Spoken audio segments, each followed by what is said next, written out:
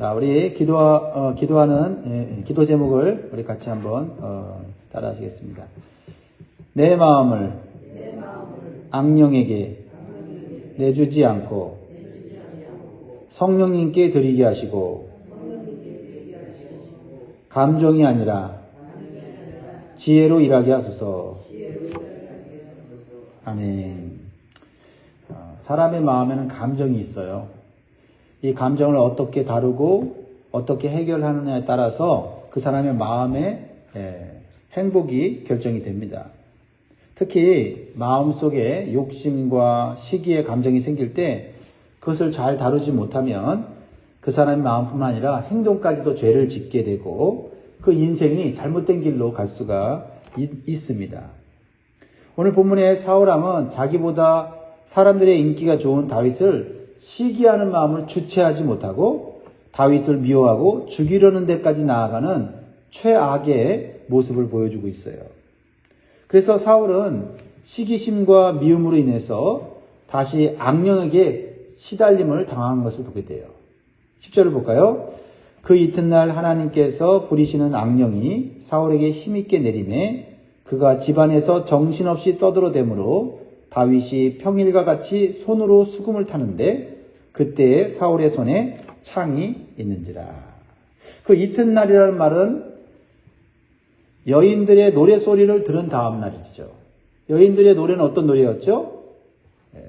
전쟁의 승리에 대해서 다윗과 사울 왕을 비교하고 평가하는 노래였죠. 어떻게 부릅니까? 사울이 죽인 자는 천천히요, 다윗이 죽인 자는 만만이로다.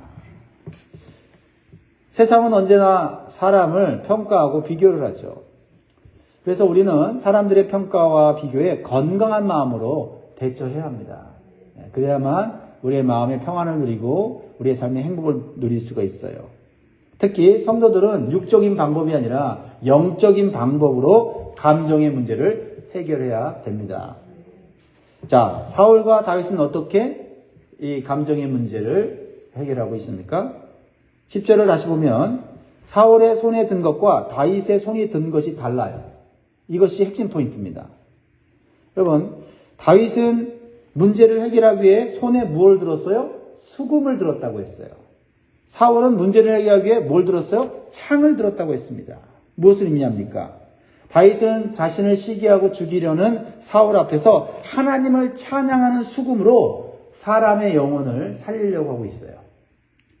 반대로 사울은 자신의 시기심을 주체하지 못하고 창을 들어서 사람을 죽이려고 했다는 겁니다. 사람은 자신의 감정의 문제를 해결할 때 수금을 들 수도 있고 창을 들 수도 있어요. 수금은 사람을 살리는 도구고 창은 사람을 죽이는 도구입니다. 한 사람은 사람을 죽여서 문제를 해결하려고 하고 한 사람은 사람을 살려서 문제를 해결하고 다른 사람은 사람을 죽여서 문제를 해결하려고 합니다. 우리는 우리의 감정에 불편함이 있을 때 그 불편함을 주는 사람에 대하여 어떤 마음을 갖고 있는지 한번 생각해 보면 좋겠습니다. 자, 그러기 위해서 오늘 우리는 우리의 손에 무엇이 있는지를 확인해야 돼요. 내 영혼을 치유하는 수금을 들고 있는가? 아니면 다른 사람을 상하게 하는 창을 들고 있는가를 확인해 봐야 할 것입니다. 오늘 사람들의 평가나 비교로 인해서 우리의 마음에 불편함과 시기와 욕심이 생긴다면 우리는 다윗처럼 수금을 들어야 돼요. 하나님을 찬양함으로 우리의 마음과 영혼을 깨끗하게 하고 정결하게 하고 우리의 마음 가운데 있는 분노와 시기와 더러운 것들을 씻어내는 시간을 가져야 될 줄 믿습니다.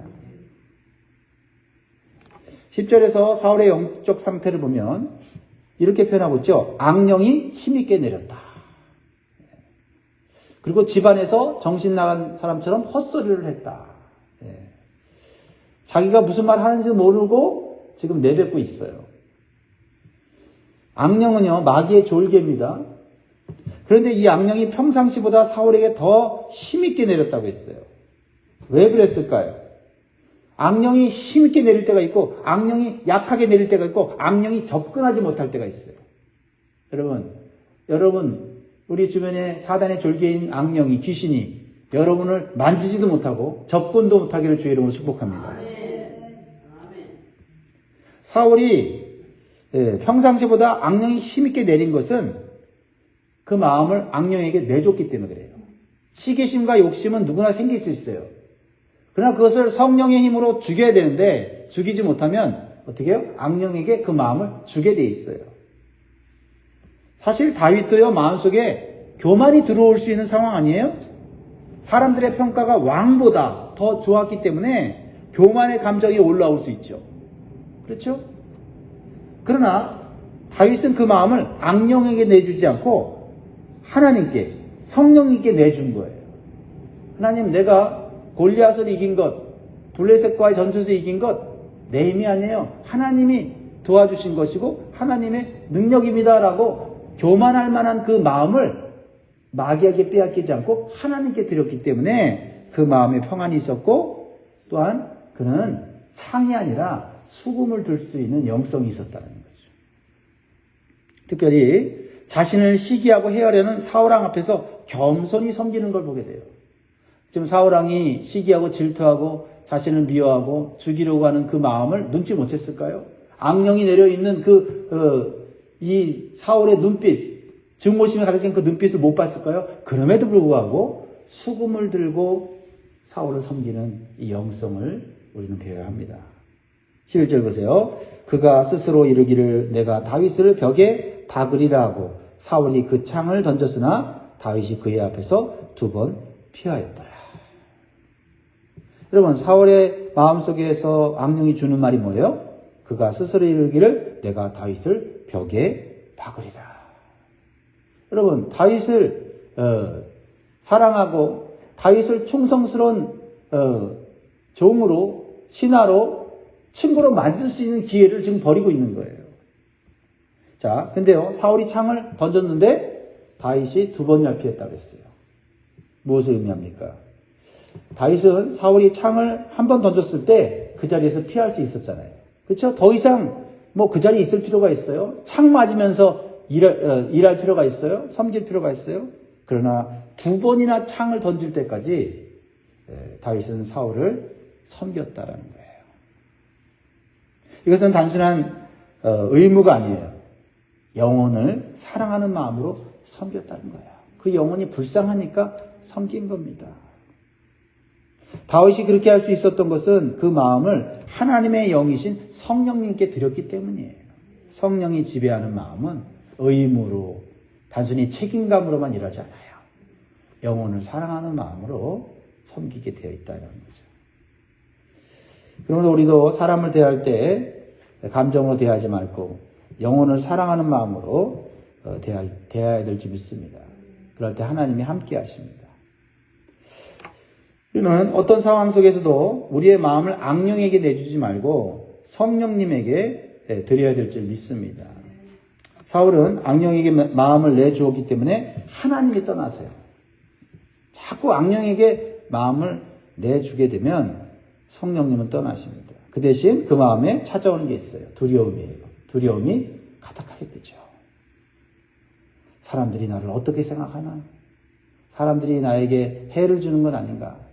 나를 불편하게 하는 사람들을 어떻게든 내 삶에서 몰아내고 싶은 마음이 들고요. 그로 인해서 두려움이 가득 차는 거죠. 12절 보세요. 여호와께서 사람을 떠나 다윗과 함께 계심으로 사울이 그를 두려워한지라. 사울과 달리 다윗은요, 하나님께 마음을 드렸기 때문에 하나님이 함께 하심으로 세상이 주는 두려움, 사람이 주는 두려움을 이길 수 있었다라는 것입니다. 우리는 우리 마음속에 두려움이 찾아올 때 내가 누구와 함께 있는지를 확인해야 돼요. 그냥 내 감정만 생각하고 내 감정에 사로잡히면 안 됩니다. 감정이 올라올 때 내가 지금 누구하고 함께 있는가? 누구에게 마음을 주고 있는가? 그래서 하나님께서 함께 하시도록 기도하고요. 말씀을 묵상해서 하나님을 의지하는 자리로 나가야 될 줄 믿습니다. 사울은 자신에게 찾아오는 두려움을 잘못된 방식으로 해결하고 있는 걸 보게 돼요. 그럼 어떻게 합니까? 다윗이 두려워요. 하나님이 함께하는 다윗이 두려워요. 불편해요.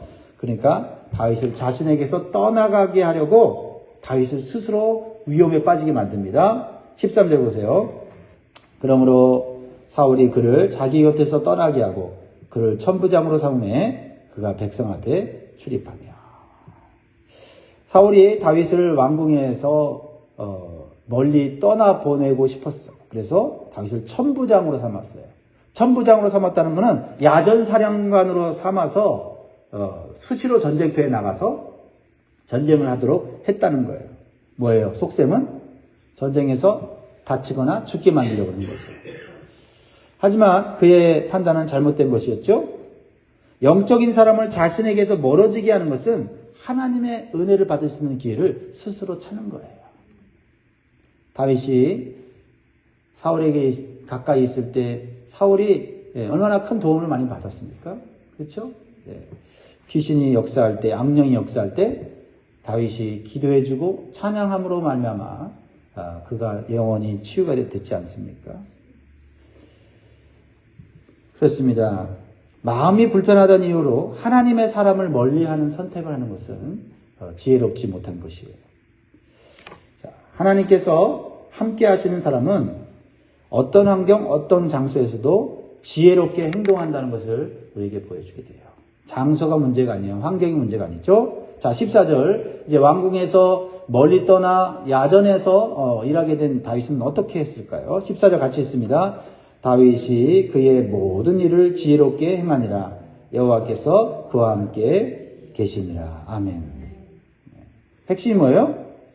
어디에 있든지 여호와께서 함께 하심으로 지혜롭게 행했다는 거예요. 감정을 행하지 않았다는 거죠. 어떻게 보면 다윗은 왕궁에 있다가 남들이 하기 싫어하는 야전에서 고생을 하는 거죠. 그렇죠? 어떻게 보면 천부장이라는 직책은 줬지만 한직이에요, 한직. 그러나 다윗은 오히려 그곳에서 백성들을 지혜롭게 섬김으로 더욱 사랑을 받게 됩니다. 16절 보세요. 마지막 절이죠. 온 이스라엘과 유다는 다윗을 사랑하였으니 그가 자기들 앞에 출입하기 때문이었더라. 여러분, 하나님이 함께 하시고 하나님이 함께 하시는 것을 소원하는 성도는 장소와 환경을 구분하지 않고 그곳에서도 지혜롭게, 즉 성실하게 책임을 다한다는 것을 보게 되죠. 그렇습니다. 중요한 것은 그 마음이 하나님께서 함께 하시도록 더욱 집중하고 힘쓴다는 거예요. 그래서 일이 힘들다고 또는 일이 하찮은 일이라고 해서 마음에 불평이 생기거나 교만한 마음이 생기는 것을 조심하는 거예요. 그렇죠. 사람이 왕궁 같은 그런 좋은 환경에 있다가 야전 그런 불편한 그런 들판에서 전쟁을 한다고 생각해 보세요. 캠프 생활한다고 생각해 보세요. 그 쉬운 일 아니지 않습니까? 몸이 편하게 있다가 불편해지면 그 굉장히 더 불편하거든요. 그럼에도 불구하고 다윗이 집중하는 것은 자기 마음의 감정이 아니라 내 마음 속에 누가 있느냐는 거죠. 하나님이 함께 계시도록 불평이 생기지 않도록 원망이 생기지 않도록. 그렇죠? 이스라엘 백성들이 왜 멸망했습니까? 왜 가나안 땅에 못 들어갔습니까?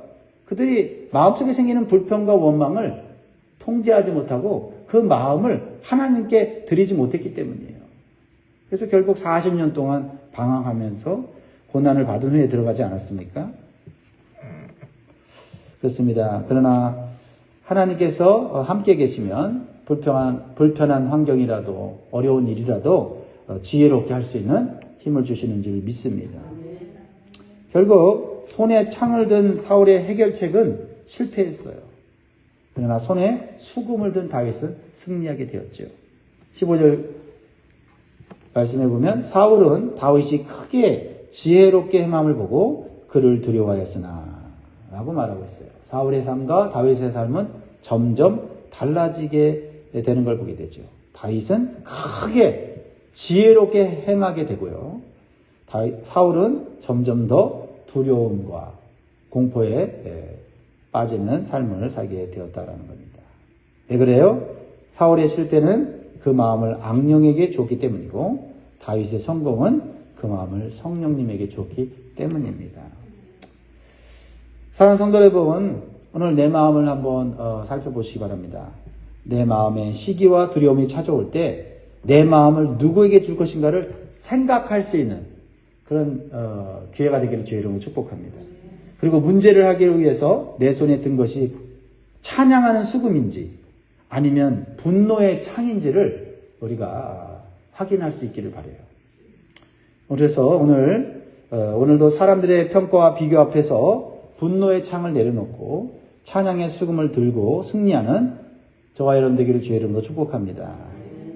우리 오늘의 기도 제목 다시 한번 묵상해 볼까요? 내 마음을 악령에게 내주지 않고 성령님께 드리게 하시고 감정이 아니라 지혜로 일하게 하소서. 아멘.